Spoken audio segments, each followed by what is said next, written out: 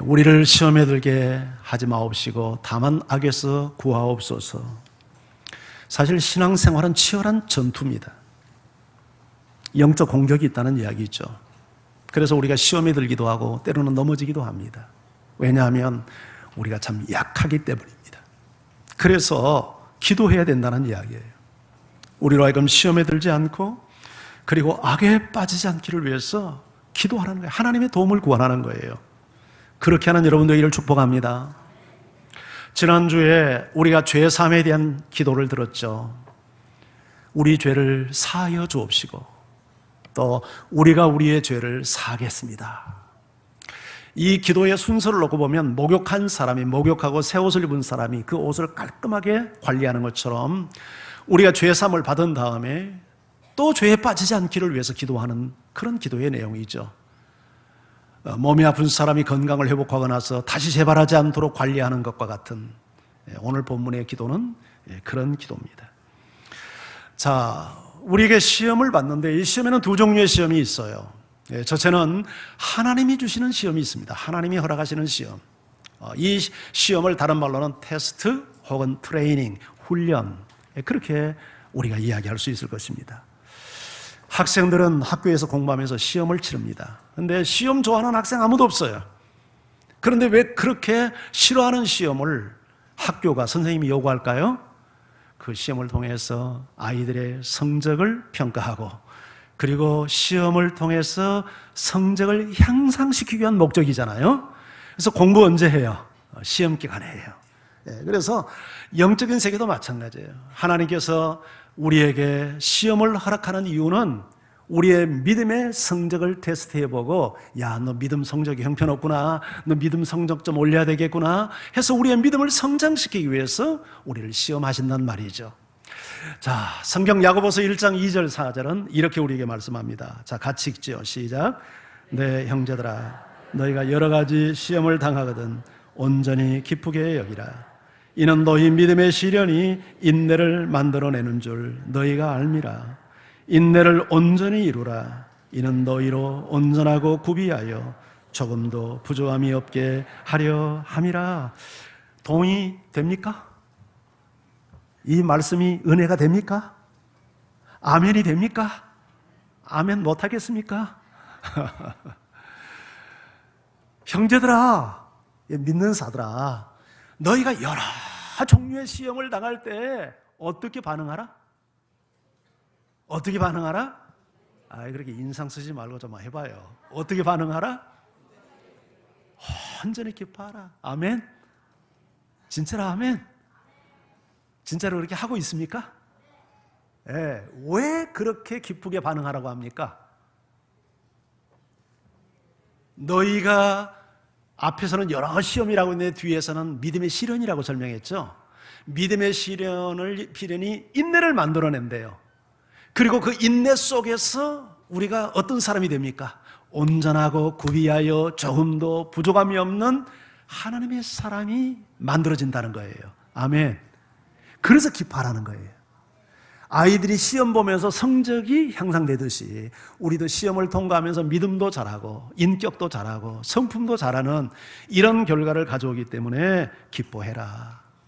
자, 또 약간은 하나님이 주신 시험 가운데 성격이 좀 다른 시험이 있어요. 그게 신명기 13장 3절인데 자, 이 말씀도 우리 같이 한번 읽어볼까요? 신명기 13장 3절 13장 3절 신명기 시작. 너희 하나님 여호와께서 너희가 마음을 다하고 뜻을 다하여 너희 하나님 여호와를 사랑하는 알려하사 너희를 시험하심이라. 뭐를 알려고? 하나님을 사랑하는지 여부를 알려고. 근데 어떻게 사랑한다고? 마음을 다하고 뜻을 다해서, 그러니까 전심으로 완전 하나님에게 미쳐서 사는 그런 사랑. 마치 연인이 연인을 사랑해서 막 눈을 떠나 눈을 감으나 그냥 그녀가 생각나는 것처럼 이렇게 하나님이 사랑하는지 여부를 알려고 하나님이 시험한대. 근데 이 시험을 누가 성경에서 이런 시험 당했죠? 아브라함, 믿음의 조상 아브라함. 하나님께서 아브라함이 정말 하나님을 사랑하는지 테스트를 했어요. 왜냐하면 하나님도 아브라함을 그렇게 사랑했으니까. 이렇게 말합니다. 창세기 22장 1절 말씀. 자, 같이 읽어요. 시작. 하나님이 아브라함을 시험하시려고 그를 부르시되. 테스트. 예. 아브라함이 정말 하나님을 사랑하는지 테스트. 근데 그 내용이 뭐냐면 내가 사랑하는 내 아들 독자 이삭을 번제로 내게 바쳐라 해요. 번제가 무슨 제사인지 알아요? 번제가 뭐죠? 짐승을 죽여서 각을 뜨고 불태워서 태워버리는 제사야. 그런데 누구를? 아브라함이 제일 사랑하는 독자 외아들을 그렇게 번제로 잡아서 하나님께 불태우래. 이해돼요? 안 돼요? 이해됩니까? 안 됩니까? 왜 안 됩니까? 하나님이, 선하신 하나님이 어떻게 인육제사를 원합니까? 이방 제사 가운데는 그런 제사가 종종 있었지만 하나님은 그런 제사를 한 번도 요구한 적이 없어요. 그런데 어떻게 선하신 하나님, 사랑의 하나님, 약속으로 준 그 이삭을, 아니 인육제사를 바치라니요? 이거 말이 안 되지 않아요. 예. 또 하나, 이삭은 약속의 아들이에요. 무슨 약속? 이삭을 통해서 하늘의 별과 같이 많은 후손을 주겠다고 약속을 했어. 그럼 그 약속 뭐 되는 거예요? 이삭을 번제로 잡아서 죽여버리면 그 약속 어떻게 되는 거예요? 아직 이삭은 장가도 가지 않는 이제 청소년인데 말이 안 되잖아요. 그런데 놀라운 사실은 아브라함이 순종을 합니다. 이해에 대해서 지금 하는 순종인가요? 아니요, 이해 안 됐어요. 그런데 왜 순종해요? 하나님의 명령이고 하나님의 말씀이니까. 그래서 이삭을 데리고 가서 모리아 산에서 제단을 쌓고 이삭을 올리고 칼을 뽑아서 심장을 찌르는 순간 하나님의 급한 목소리가 이렇게 들려옵니다. 창세기 22장 12절 말씀. 자, 같이 읽어봐요. 시작. 그 아이에게 내 손을 대지 말라. 그에게 아무 일도 하지 말라. 내가 내 아들 내 독자까지도 내게 아끼지 아니하였으니 내가 이제야 내가 하나님 경외할 줄을 아노라. 아브라함아 손대지 마라. 그 아이에게 아무 일도 하지 마라. 내가 내 독자 아들까지 아끼지 않았으니 내가 이제야 정말 네가 진짜로 참말로 나를 경외하는 줄 내가 알겠다. 근데 여기 두 가지 질문이 있습니다. 어떻게 아브라함은 이해되지 않는 하나님의 명령을 따를 수 있었을까? 어떻게 논리적으로나 이성적으로 상식적으로 도저히 납득할 수 없는 명령을 아브라함이 이처럼 행하고 정말 자식을 그처럼 죽일 수 있었을까? 실제로 죽인 거잖아요. 사실은 하나님이 마지막 발에 살렸지만 그 답이 믿음의 장 히브리서 11장에 나타납니다. 자, 히브리서 11장 19절 같이 읽어요. 시작. 그가 하나님이 능히 이삭을 죽은 자 가운데서 다시 살리실 줄로 생각하는지라. 어떻게 생각했다고요?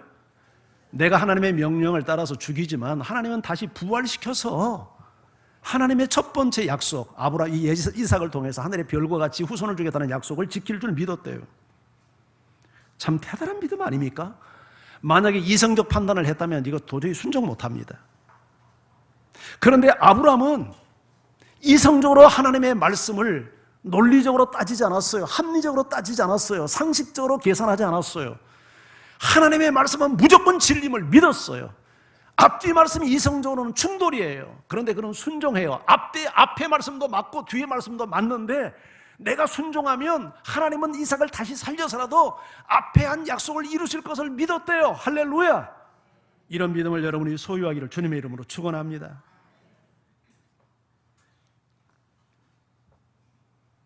그러니까 여기서 참된 믿음은 이해되는 것만 따르는 게 믿음이 아니라 이해되지 않는 것도. 근데 이제 여기 한 가지 또 궁금한 게 도대체 아브라함은 어떻게 이런 믿음을 가졌대? 나는 도저히 이렇게 못할 것 같은데 아브라함은 도대체 어떻게 그런 믿음을 가졌대?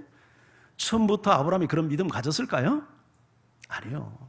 아브라함도 과정 속에서 믿음이 성장했어요. 근데 이 믿음을 갖게 된 결정적 동기가 있었는데 뭐냐면 지금 이 믿음은 아브라함이 100세 때 받은, 그러니까 아브라함이 75세 때 부름을 받았잖아요. 근데 75세 때 아브라함을 부르면서 약속을 했어. 내가 너에게 아들을 주어서 네 아들로 하늘의 별과 같이 많은 민족을 퍼뜨리게 하겠다. 그런데 하나님이 바로 안 주고 100세가 되어서, 그러니까 자기도 자기 부인도 아이를 낳을 수 없는 완전 노인의 몸이 될 때까지 아이를 안 줬잖아요. 그런데 하나님은 계속해서 준다. 내가 약속했잖아. 기다려봐. 준다니까. 그러니까 현실과 말씀 약속 사이에서 갈등을 했지 않겠어요? 아브라함이 그래서 중간에 사고도 한번 쳤잖아요. 예, 하가를 첩으로 얻어가지고 이스마엘을 낳았어요. 왜냐하면 처음부터 그런 믿음이 없었거든요. 아니 나이는 늙어가는데 하갈의 자기 부인 사라의 생리가 끊겼는데 어떻게 아들을 준다는 거야? 그래서 첩을 통해서 난 거야. 그런데 놀랍게도 하나님이 100세에 사라의 나이 90세에 태문을 열어서 아들을 떡하니 약속대로 주잖아요. 그러니까 그 경험을 통해서 내 몸이 진리가 아니고 하나님의 약속이 진리구나, 이걸 느끼지 않았겠어요? 그러니까 그 하나님의 약속의 신실성을 체험했던 아브라함이니까 내 아들을 죽인다 해도 다시 살려서라도 약속을 이룰 것을 아브라함이 믿을 수 있었겠어요? 없었겠어요? 있었겠지. 그런 체험이 있는데, 그 믿음은 하늘에서 뚝뚝뚝 떨어지는 것이 아니라 우리의 믿음의 순정의 과정을 통해서 성장된다는 것을 가르치고 있잖아요. 여러분이 이런 믿음을 소유하기를 주님의 이름으로 축원합니다. 근데 질문이 하나가 더 있어요.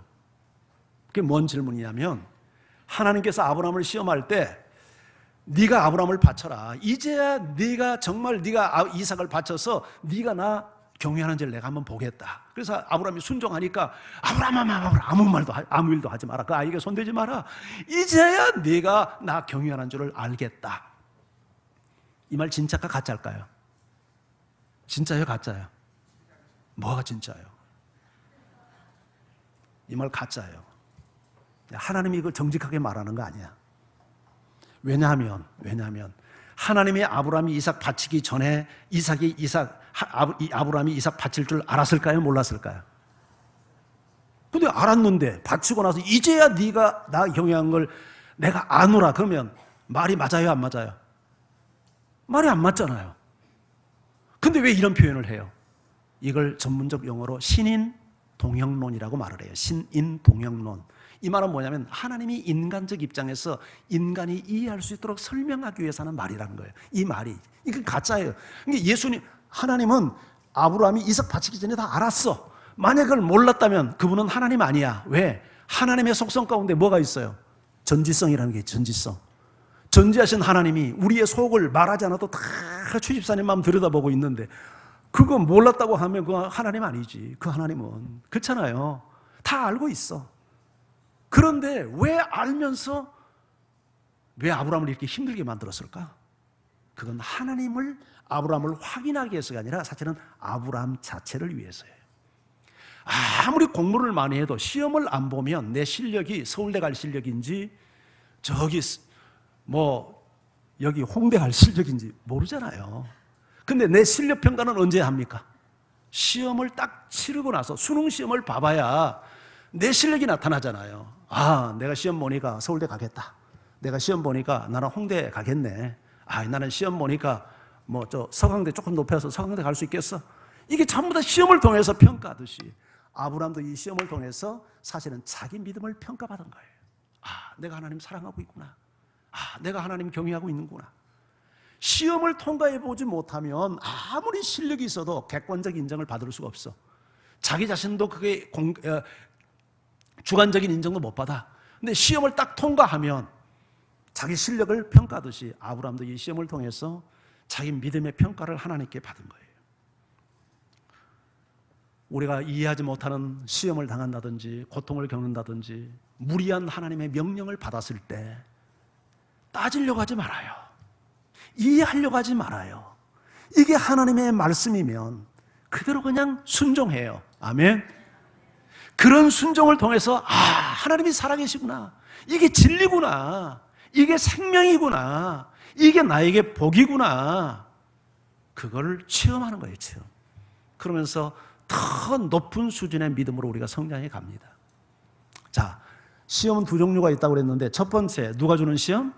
하나님이 주는 시험, 테스트. 때로는 트레이닝을 위해서 시험. 두 번째 시험은 마귀가 주는 시험이에요. 이 마귀가 주는 시험을 다른 말로는 유혹이라고 그래요. 유혹. 자, 근데 하나님은 우리를 시험을 할 때 단련하고 성장시키기 위해서 시험을 하는데 마귀는 우리를 파괴시키기 위해서, 죽이기 위해서, 빼앗기 위해서, 넘어뜨리기 위해서, 골탕 먹이기 위해서 시험을 해요. 이게 시험의 동기와 목적이 전혀 달라요. 자, 야고보서 1장 13절 15절을 우리 같이 한번 읽습니다. 자, 시작.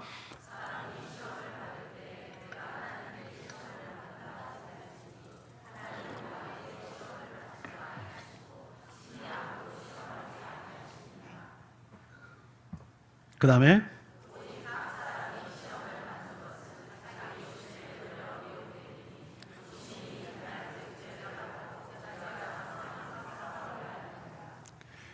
사람이 시험을 받는 것은, 자, 사람이 시험을 받을 때 내가 하나님께 시험을 받는다 하지 말아라 했는데, 여기 시험은 정확한 의미는 유혹입니다. temptation 혹은 tempted, 유혹이에요, 유혹. 그러니까 이 말씀의 본문의 의도를 정확히 이해하려면 시험을 유혹이라는 단어로 바꾸어서 이해를 해야 돼요. 사람이 유혹을 받을 때 내가 하나님께 유혹받는다고 말하지 말아라. 하나님은 악에게 유혹을 받지도 아니하고 친히 아무도 유혹하지 않는다.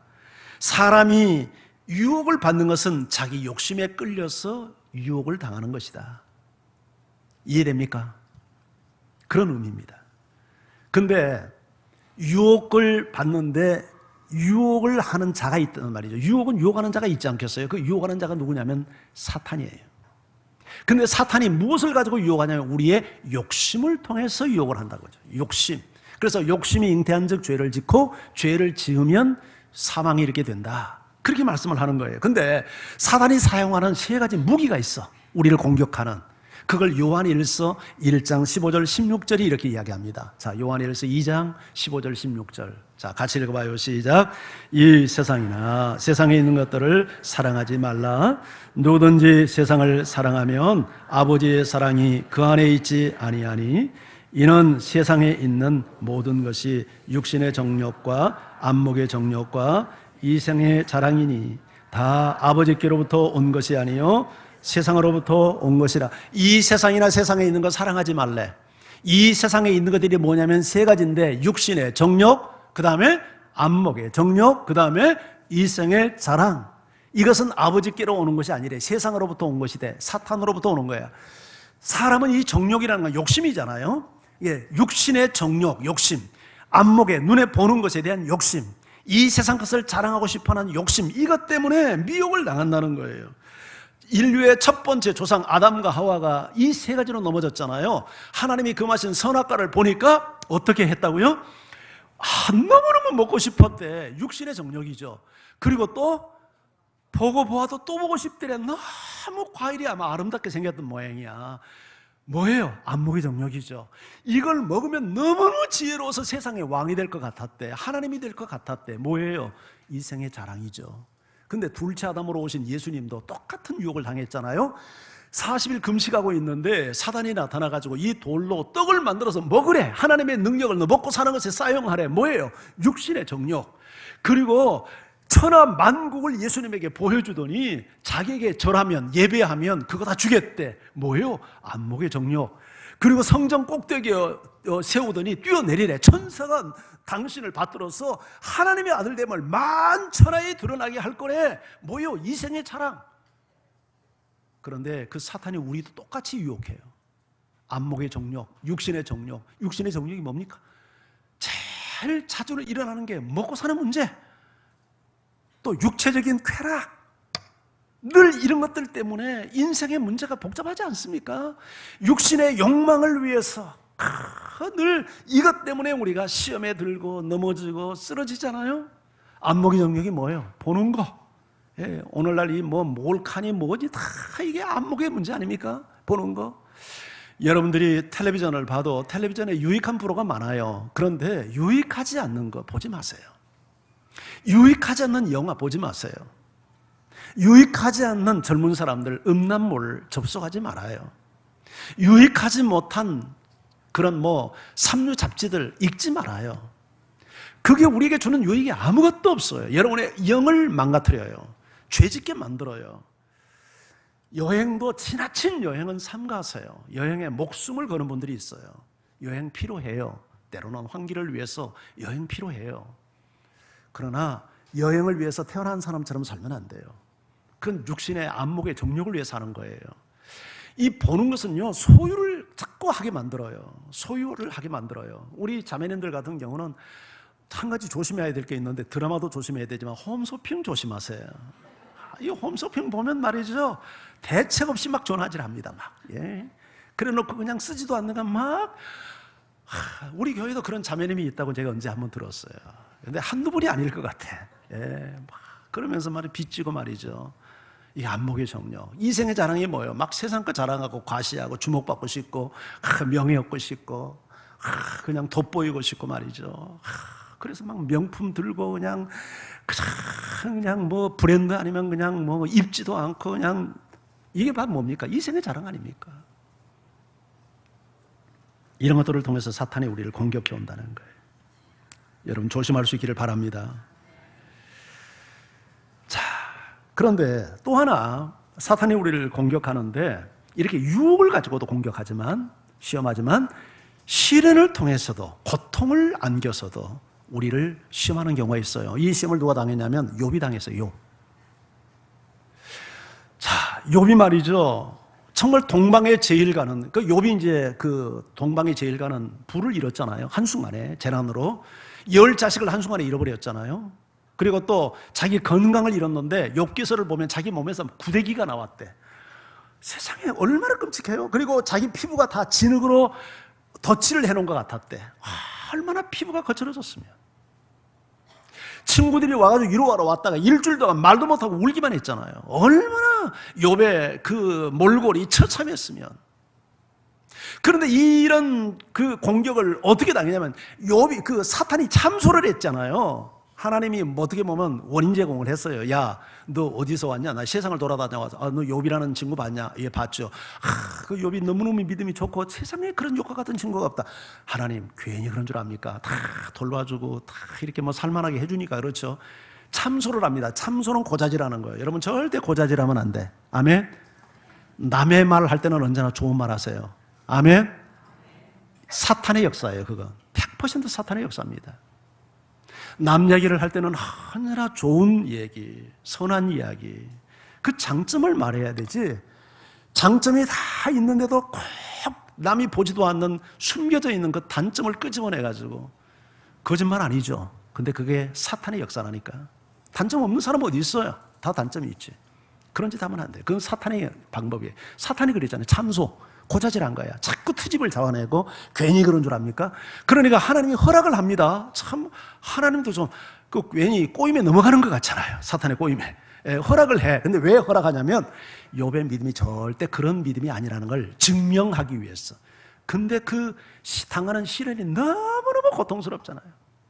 전 재산 다 잃었지. 10아들 한순간에 잃어버렸지. 자기 몸 병들었지. 오죽했으면 자기 부인이 하나님 저주하고 죽으라고 악담을 쏟아냈을까. 그런데 이런 시련이 우리에게도 와요. 잘 나가는 사업이 한순간에 무너지고 멀쩡했던 건강이 그냥 병원에 갔더니 안 3기 4기 그냥 진단받고 날벼락 같은 사고를 당해가지고 그냥 감당할 수 없는 어려움을 겪고. 근데 이런 모든 공격의 배후에 누가 있냐면 사탄이 있어요. 사탄이. 그런데 중요한 게 아무리 사탄이 우리를 공격해도 하나님이 결재가 없으면 안 돼. 사탄이 우리를 참수하고 공격하지만 하나님이 허락해야 돼. 그러니까 궁극적으로 이 시련과 고통도 누가 허락하는 거죠? 하나님이 허락하는 거예요. 그러면 좀 더 이해가 안 되잖아요. 아니 그 우리에게 좋은 것 주시기를 원하는 하나님이 왜 사탄의 참소에 속아서 넘어가서 왜 우리에게 그런 시련과 고통을 안깁니까? 솔직히 우리는 그 이유를 다 몰라요. 하나님께서 우리에게 고통을 허락하는 이유를 다 몰라요. 고통은 미스테리예요. 비밀이에요. 신비예요. 그런데 가장 고통을 심각하게 이유 없이 당했던 욥의 고백을 통해서 우리는 어느 정도 답을 얻을 수 있다고 봐요. 욥기 23장 10절 같이 한번 읽어봅니다. 시작. 내가 가는 길을 그가 아시나니 그가 나를 단련하신 후에는 내가 순금같이 되어 나오리라. 내가 가는 길을 오직 그가 아신다는 말은 하나님이 아시고 나는 내일의 내 운명의 내일을 나는 모르겠다. 내가 살지 죽을지 내가 이렇게 끝날지 나는 모르겠다. 그러나 분명한 게 하나 있다. 내가 알 수 있는 게 있다. 내가 이 시련과 고통을 통해서 내가 순금이 되어 나온다는 건 분명하다. 내 영이, 내 신앙이 더 내가 하나님 앞에 순결해질 걸 믿어. 영광로 속에서 순금이 만들어지듯이 훌륭한 운동 순서가 아주 혹독한 훈련의 과정을 통해서 단련되듯이 내가 이 시련을 통해서 내가 순금같이 나올 것을 나는 확신해. 아마 이 고백 속에 답이 있지 않나 싶어요. 하나님께서 사탄에게 속아서 고통을 허용하는 게 아니죠. 하나님의 놀라운 지혜로 사탄의 그 악과 참소를 우리의 유익을 위해서 허용해 주시는 거예요. 그러니까 이해할 수 없는 고통이 찾아온다 해도 내가 순금으로 빚어질 것을 기대하며 하나님께 감사하는 여러분들을 축복합니다. 그런데 하나님께서 이렇게 허용을 하시지만 우리에게 주는 위로가 하나 있어요. 그게 뭐냐면 감당치 못할 시험은 허락지 않는다는 거예요. 여러분 다 알고 있는 내용이죠. 우리 고린도전서 10장 13절 같이 한번 읽어봅니다. 시작. 사람이 감당할 시험 밖에는 너희가 당한 것이 없나니 오직 하나님은 미쁘사 너희가 감당하지 못할 시험 당함을 허락하지 아니하시고 시험 당할 즈음에 또한 피할 길을 내사 너희로 능히 감당하게 하시느니라. 하나님께서 우리에게 시험을 허용하시지만 유혹도 주시고 시련도 주시고 고통도 허용하시지만 절대 감당하지 못할 시험을 허락하지 않는데요. 감당지 못할 때는 피할 길을 내서 능히 감당하게 하신대요. 할렐루야. 연약한 우리에게 얼마나 위안이 되는 말씀이에요.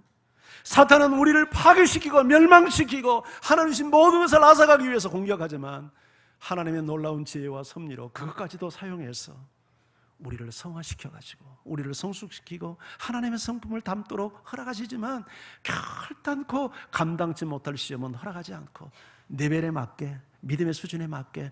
그래서 너무 걱정하지 말아요. 욕과 같은 시험은 당신에게 오지 않으니까. 왜? 그와 같이 감당할 만한 시험에 그런 믿음의 용량이 준비되지 않는 사람에게는 절대 아무에게나 욕과 같은 시험 안 줘요. 다 레벨에 맞게. 초등학생은 초등학교 시험, 중학생은 중학교 시험, 대학생은 대학생에 맞게 시험의 종류가 달라요. 자, 우리로 시험에 들게 하지 마옵시고 다만 악에서 구하옵소서 그랬죠. 악에서. 이 악에서라는 말을 원문에서 보면 이렇게 되어 있어요. 아포투 푸네로우. 영어 성경에는 from the evil one. 그러니까 악한 자로부터예요. 악한 자. from the evil one.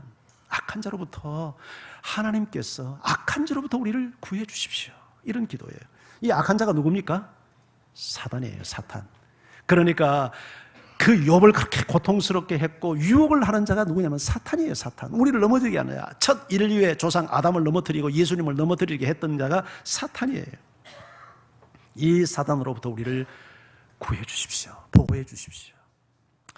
제2차 세계대전 때 독일의 히틀러가 유대인을 600만 명을 살해했는데 그 600만 명을 살해한 집행자, 실무자가 누구냐면 아이히만이라는 사람이에요. 아이히만. 이 사람이 제2차 세계대전 때 이제 연합군의 영국과 미국의 그 연합군의 공격으로 독일이 패망하면서 체포를 당했습니다. 미군에게 체포당했어요. 아이히만이. 유대인을 600만이나 죽였던 그 실무자가. 미군 포로 수용소에 이 사람이 수감이 됐는데 탈출하는데 성공을 했어요. 그래서 자기를 위장을 하고 여권 위조를 해서 자기 남미 아르헨티나로 도망을 갔습니다. 그래서 그 숨어서 살았어요. 근데요, 세계에서 가장 정보망이 뛰어난 국가의 그 정보기관이 이스라엘의 모사드라고 그러죠. 세상에 말이죠. 그 아르헨티나, 그 부에노스아이레스, 그 수도 한 어디에서 숨어서 사는 이 아이만을 찾아냈어요. 참, 이 이스라엘의 정보망 대단합니다. 그래가지고 비밀 특공대를 보내가지고 납치해가지고 비밀리에 이스라엘로 실어왔어요. 그래가지고 한때 아르헨티나하고 이게 막 그 외교 갈등이 있었거든요. 그 아무리 범죄자지만 그렇게 하면 안 되거든요. 그 국가의 허락을 받고 해야 되지. 그런데 이 사람 체포 작전의 성공을 위해서 그 비밀리에 작전을 했어요. 1960년에 일어난 일이에요. 그리고 법정에 세워서 재판을 하다가 1962년 6월 1일 날 교수형으로 이 사람 사형집행을 당합니다.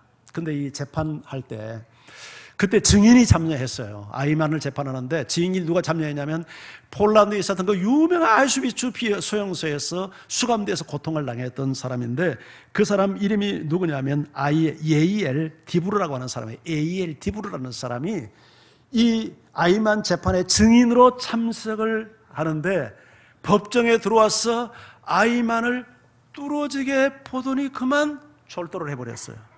이 사람이. 그래서 뭐 의료진이 와가지고 응급조치 해가지고 이 사람 깨어났거든요. 깨어난 다음에 재판장이 물었습니다. 이 예엘 디브로에게 과거의 지옥 같은 악몽이 되살아나셨나 보죠. 그런데 예엘이 고개를 흔들었어요. 아닙니다. 제가 충격을 받고 놀란 것은 어떻게 저처럼 평범하고 온순해 보이는 저 사람이 그런 악을 저질렀을까였습니다. 자기는 생각할 때 이 사람 괴물 같은 사람으로 생각을 했다는 거예요. 아주 인상도 험악하고 아주 그냥 봐도 소름이 돋을 정도로 그런 인상의 사람이라고 생각을 했는데, 여러분들이 나중에 인터넷 들어가서 한번 아이만 쳐보십시오. 어떻게 생겼는지. 저보다 인상이 더 좋아요. 목사님 같아. 어떻게 그렇게 선한 인상을 가진 사람이 그런 악을 저질렀는지 너무너무 충격을 받았다는, 그래서 졸도를 해버린 거예요. 그 재판에 유대계 독일인 한나 아렌트라는 사람이, 원래 유대계인데 독일 사람이에요. 뉴욕타임즈 기자 생활을 했던 사람이 이 재판에 참관을 하면서 글을 하나 썼어요. 악의 평범성이라는 글. 아주 이게 나중에 그 지성인들 사이에는 굉장히 회자되는 유명한 글이었습니다. 악의 평범성. 거기서 이런 대목이 나옵니다. 그가 저지른 행위는 괴물 같았지만 그는 결코 괴물 같지도 악마적이지도 않았다. 모든 평범한 사람들 속에 그래서 아이만이 있다는 사실을 발견했다. 그 사람의 얼굴이 괴물이고 악마적인 줄 알았는데 그러지 않았다는 거예요. 너무 평범했다는 거예요. 그래서 모든 인간의 마음속에는 아이만, 이 악마가 들어있구나, 그걸 발견했다는 거예요. 여러분, 인간은 누구나 다 아이만이 될 수 있습니다. 정말 목사님이 실수하고 선한 사람이, 교회 직분자들이 실수하는 이유는 그 사람이 나빠서가 아니라 악의 공격을 받기 때문에 일어나는 일입니다. 동의하십니까, 여러분? 원래부터 범죄하기 위해서, 여러분, 그런 사람이 어디 있어요? 그런데 잘 나가다가도 여러분 방어하지 않고 방심하니까 악한 자의 공격에 의해서 멀쩡한 사람들이 쓰러지는 거예요. 그래서 목사님들이 실수하고 이렇게 할 때 너무 비난하지 말아요. 사실은 불쌍히 여겨야 되죠. 왜냐하면 원래 그런 사람 아니었거든요. 선한 사람이었고 참 좋은 사람이었는데 사탄의 공격을 받아서 넘어지는 거예요. 그래서 우리는 기도해야 돼요. 하나님, 시험에 들게 하지 마옵시고 악한 자로부터, 이 악한 자로부터 우리를 보호해 주십시오. 여러분, 기도하는 여러분 되기를 바랍니다. 악한 자의 공격으로부터도 우리가 보호받아야 되지만 악한 자의 미혹을 받아서 악을 행치 않도록 또 위해서 기도해야 돼요. 아멘입니까? 베드로 사도가 이렇게 말합니다. 우리의 대적 마귀는 우는 사자같이 삼킬 차를 찾기 위하여 두루 다닌대요. 사자가 먹이 사냥하는 거 보셨죠? 밀림의 왕입니다. 예, 밀림의 왕이에요. 사자를 능가할 짐승이 없어요. 최고의 강자가 그 약한 사슴 같은 것을 여러분 그 사냥하는데도 얼마나 주의를 기울이는지 모릅니다. 은폐합니다. 자기를 감춰요. 낮게 숲을 속에 다 숨습니다. 소리내지 않습니다. 숲소리를 살풋살풋 걸어갑니다. 사정거리까지 집중을 가다가 이 먹이 사냥감이 허점을 보이면 손살같이 번개처럼 날아가지고 먹통을, 그냥 그 숨통을 끊어버립니다. 이게 사탄의 공격 방법이에요. 허점을 보이면 안 돼요. 그래서 늘 깨어서 기도하라는 거예요. 여러분, 우리는 약합니다. 그래서 늘 하나님 보호해 주세요. 기도하는 여러분들 이를 주님의 이름으로 축원합니다. 그러면 어떻게 우리가 깨어 있을 건가? 세 가지 무기를 하나님이 우리에게 주셨는데, 첫째는 말씀입니다. 이 말씀을 늘 마음속에 담고 묵상을 해야 돼요. 성경은 말하죠. 청년이 무엇으로 그 행실을 깨끗게 하리까? 내가 주께 범죄치 아니하려 하여 주의 말씀을 내 마음에 두었나이다. 하나님의 말씀을 마음에 담고 그걸 묵상해야 돼요. 그래야 청년들이 실수하지 않을 수 있다는 거예요. 예수님께서 사탄의 공격을 받을 때 전부 다 뭘로 물리쳤죠? 기록된 말씀. 마음에 있는 말씀을 가지고 사탄을 물리쳤어요. 성경을 지식적으로 읽지 말고 그 말씀을 마음에 담기를 바랍니다. 아멘. 그렇게 해서 그 말씀을 가지고 담고 묵상을 한 말씀이 마귀를 이기는 무기가 돼요. 두 번째는요, 환경입니다. 환경을 조심해야 돼요.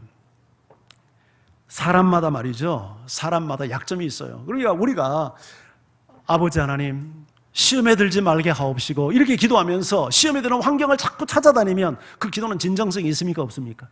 없습니다. 사람이 다 사람마다 기질이 다르고 성품이 다르고 약점이 달라요. 어떤 사람은 무드에 약해. 무드.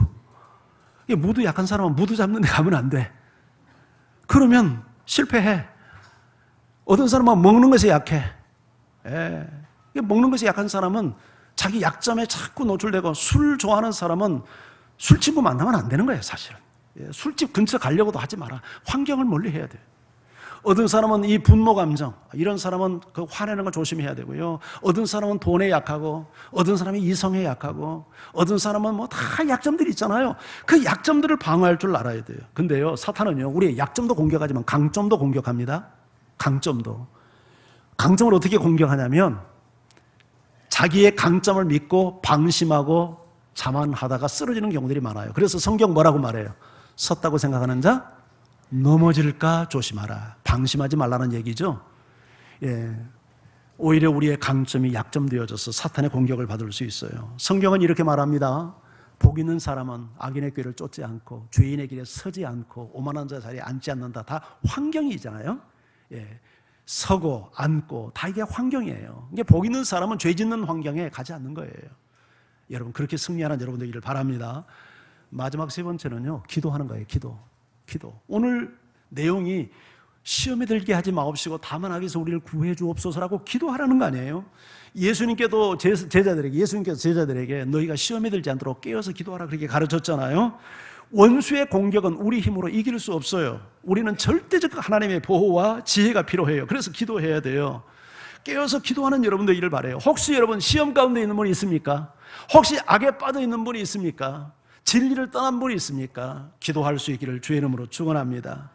우린 누구도 사탄을 맞짱 떠서 이길 만큼 강자가 없어요. 우리는 하나님의 보호를 받아야 돼요. 그래서 기도해야 되는 거예요. 제가 주기도문 강해를 시작하면서 한 가지 갖는 마음의 소원이 있었습니다. 저는 두 가지 목적을 가지고 주기도문 강해를 했는데, 우리 모두 예수님처럼 기도하는 사람이 됐으면 좋겠다 하는 기대감입니다. 여러분이 정말 주기도문 강해를 바르게 들었다면 기도하지 않는 사람이 기도하고, 10분 기도하는 사람이 20분 기도하고, 새벽 기도하지 않은 분이 새벽 기도하고, 금요 기도가 나오지 않는 분이 금요 기도 나오고, 이런 변화가 반드시 여러분에게 일어나야 될 줄 믿습니다.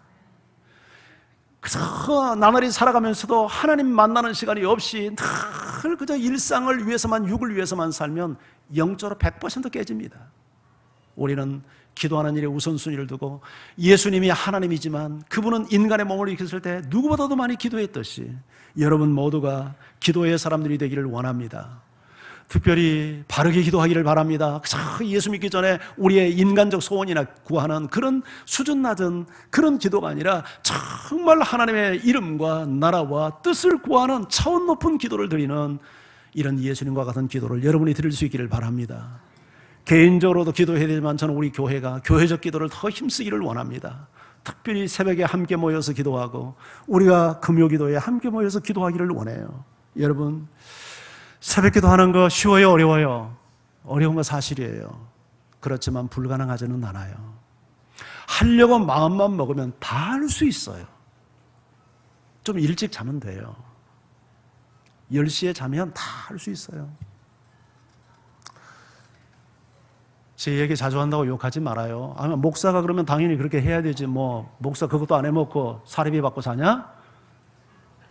이렇게 핀잔하지 말아요. 저도 인간의 몸을 갖고 있어요.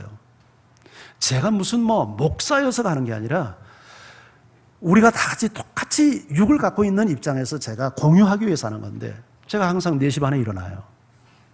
그리고 낮에 잠자지 않아요. 그리고 제가 저녁에 10시에 잠들어요. 그런데 하루 생활하는데 아무 지장 없어요. 내 나이, 한국 나이로 65이에요. 놀라지도 않네요. 그렇게 안 봤는데 그렇게 많냐고. 근데 사실이에요. 근데 물론 노인이 돼가면 잠이 좀 줄어드는 건 사실이에요. 그런데 생활하는데 어려움 없어요. 충분히 감당해요. 하나님이 힘 줘요. 그래서 나는 새벽형이 아니야, 그렇게 포기하지 말아요. 일어나세요. 일찍 주무시고 일찍 일어나셔서 교회 나와서 새벽 기도하는 유익이 있어요. 규칙적인 기도를 할 수 있어요.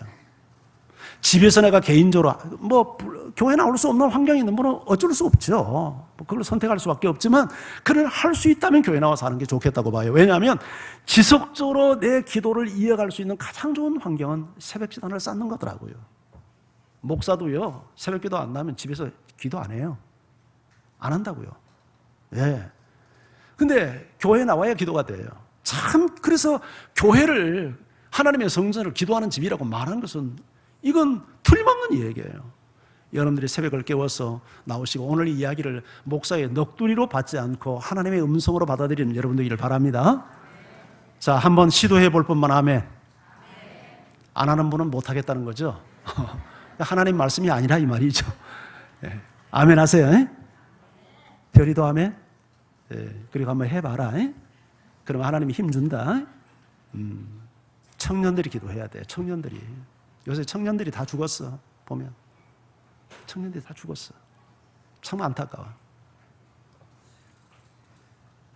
금요기도에 나오세요. 금요기도에 제가 여러분 주일날, 주일밤, 금요기도까지 다 설교하는 거 알죠? 사실은 일주일에 3편의 설교를 한다는 거, 제가 새벽기도 설교까지 다 하잖아요. 해보시면 알겠지만 쉽지 않은 일입니다. 그런데 왜 그렇게 합니까? 제가 여러분을 격려하기 위해서입니다. 아무래도 부목사님 설교하는 것보다 담임 목사 그래도 강단했으면 기대감 가지고 좀 나오는 게 별 설교가 별 다르겠습니까만은 그래도 담임 목사가 설교한다고 하면 그래도 여러분이 좀 동기부여가 될까 싶어서 제가 그렇게 하는 겁니다. 주일 낮 시간 예배 참석하는 것과 똑같은 마음으로 우리가 예배 중에 금요기도에만큼 기도 많이 하는 예배가 어디 있습니까? 그래서 여러분이 금요기도에 나오셔요. 힘들고 피곤하고 너무 그냥 세상 일에만 올인하지 마시고 우리가 주말 시간 좀 시간을 배려하셔서 교회에 나오셔서 말씀 듣고 기도하는 이런 삶을 살 때 이 교회가 교회적 기도가 쌓여야 돼요. 그래야 이 교회가 하나님께 쓰임받는 교회가 되는 겁니다. 구호로 되는 게 아니에요. 기도가 쌓여야 돼요. 할렐루야. 자, 마지막으로 하나만 더 생각해 볼게요. 예수님은 이렇게 기도하라고 가르쳤어요.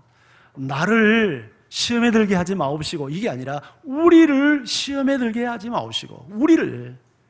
이게 나 개인만을 위한 기도가 아니라 오늘 이 방송팀 왜 그래요? 그 좀 띄워보세요. 그 주제를 잘 집중해서 띄워보십시오. 그 마지막 주제 한번 띄워보세요. 우리를 시험에 들게 하지 마옵시고, 우리예요, 우리. 이게 나도 승리해야 되지만 우리가 다 함께 승리해야 되는 거 아니에요? 그래서 우리 성도들은 함께 위해서 기도하고 함께 서로를 위해서 격려해야 됩니다. 미국 서부 요세미티라고 하는 그 유명한 국립공원이 있는데 거기 가면 세코야라고 하는 나무가 있다고 합니다. 저도 한번 그 국립공원을 갔는데 그때 갔을 때는 제가 이 세코야 나무에 대한 이해가 없어서 보지를 못했어요.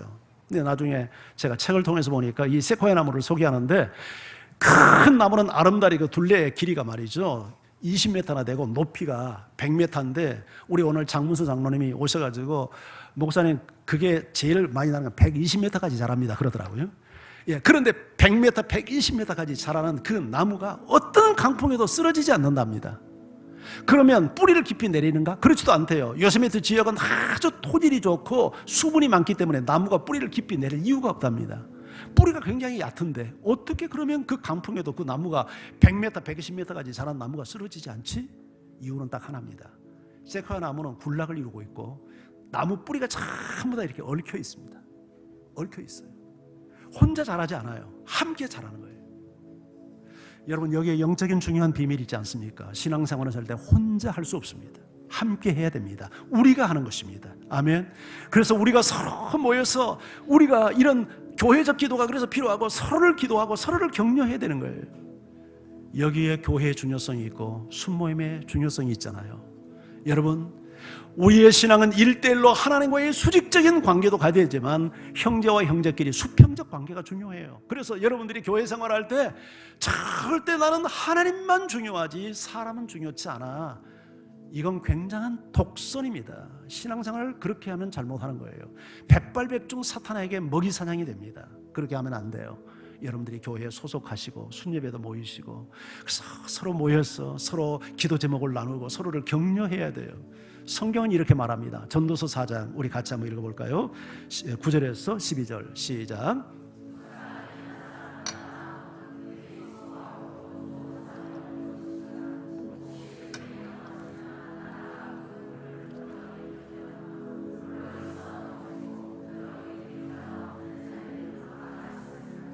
또 두 사람이 함께 누우면 따뜻하거니와 한 사람이면 어찌 따뜻하랴. 한 사람이면 패하겠거니와 두 사람이면 맞설 수 있나니 세겹줄은 쉽게 끊어지지 아니하느니라. 여러분, 두 사람이 한 사람보다 나은 이유는 한 사람이 쓰러질 때 한 사람이 응급조치하고 이렇게 세울 수 있지만 혼자 있다가 심장마비로 쓰러지면 죽는다는 얘기 아닙니까? 한 사람이 누우면 춥지만 두 사람이 서로 등을 맞대고 등을 대고 누우면 따뜻해진다는 얘기 아닙니까? 1대1로 힘센 사람과 싸우려면 밀리지만 두 사람이 한 사람을 상대하면 맞서볼 만하다는 것 아닙니까? 삼겹줄은 쉽게 끊어지지 않는다는 것 아닙니까? 신앙생활도 혼자 하는 게 아니라 함께 하라는 것 아닙니까? 그래서 교회가 중요하고 순모임이 중요하다는 것 아닙니까? 여러분, 순모임에 들어가시기를 바랍니다. 우리 순장님들은 순원들을 잘 설득하시고 섬기시고 권면하십시오. 그래서 순모임에 하나 되게 하십시오. 왜냐하면 영적인 공격 앞에 그게 우리가 사는 길이기 때문입니다. 이게 성경이 가르치는 지혜이고 전략이기 때문입니다. 이런 은혜가 여러분과 함께하기를 주의 이름으로 축원합니다. 우리 다 같이 자리에서 일어나셔서 우리 찬양합니다.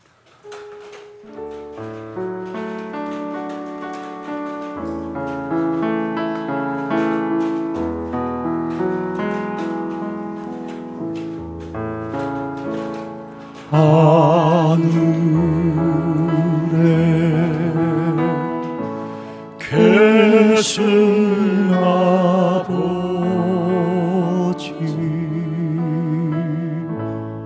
이름 거룩하사 주님 나라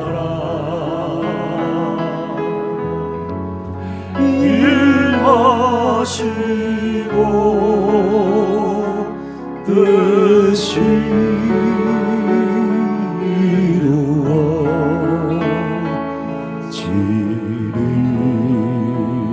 이루어지리다.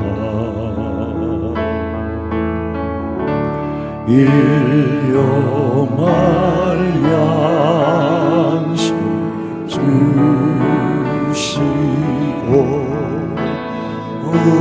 우리들의 큰 죄 다 용서하시고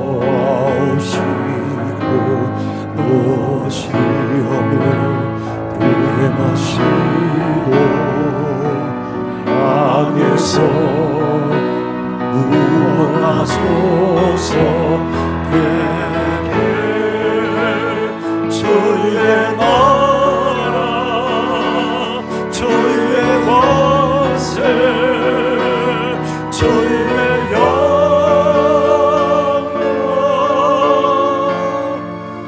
영광